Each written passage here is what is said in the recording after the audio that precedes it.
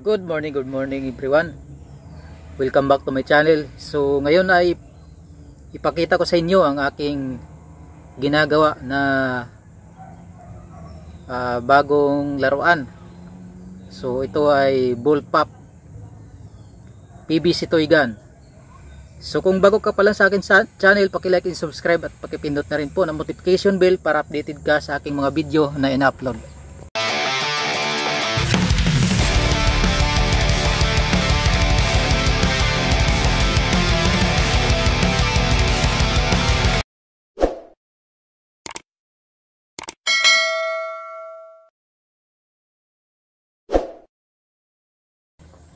So yan guys, yung aking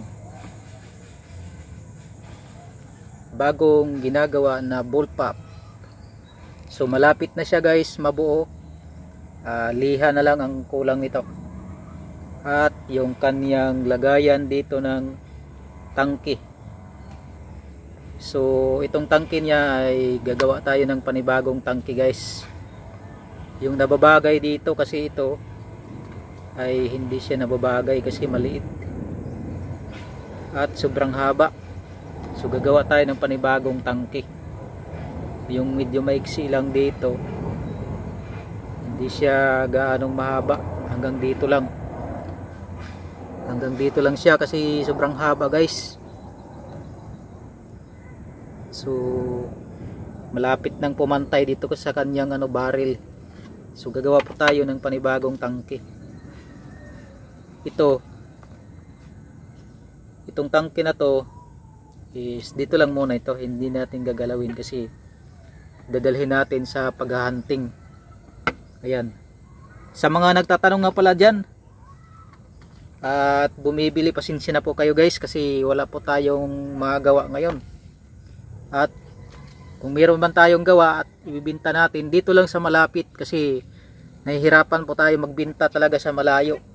Kasi yun nga, wala tayong mapapadalhan dito dahil yung mga padalahan dito ay mga sikat, hindi po sila tumatanggap ng mga ganito na mga mga ganitong item, kaya hindi po tayo makapagpa-ship sa malayong lugar. Kung dito lang sa lugar natin, dito lang sa aming banda, okay lang. Pero pagdating sa malayo, bawal na kasi guys, ayaw nilang tumanggap. So ayan, bibilhan po natin ito ng panibagong scope at gagawan din natin ng silencer siya para hindi ganong maingay guys, para swabe yung hunting natin. So ayan guys, ball pop PVC toy gun. Yan yung panibagong unit natin. Yan, para pumugi guys, lilihain po natin ito. So abang-abang lang po kayo guys pagka natapos na natin. So hindi pa gaanong maganda tingnan kasi ginagawa pa siya, hindi pa siya tapos lahat. So saka na tayo gagawa ng lagayan dito ng scope kapag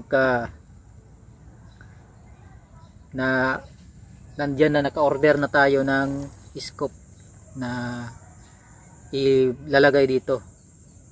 Di muna tayo gagawa ng railings na ikakabit dito. Saka na ako gagawa ng railings kapag may scope na siya.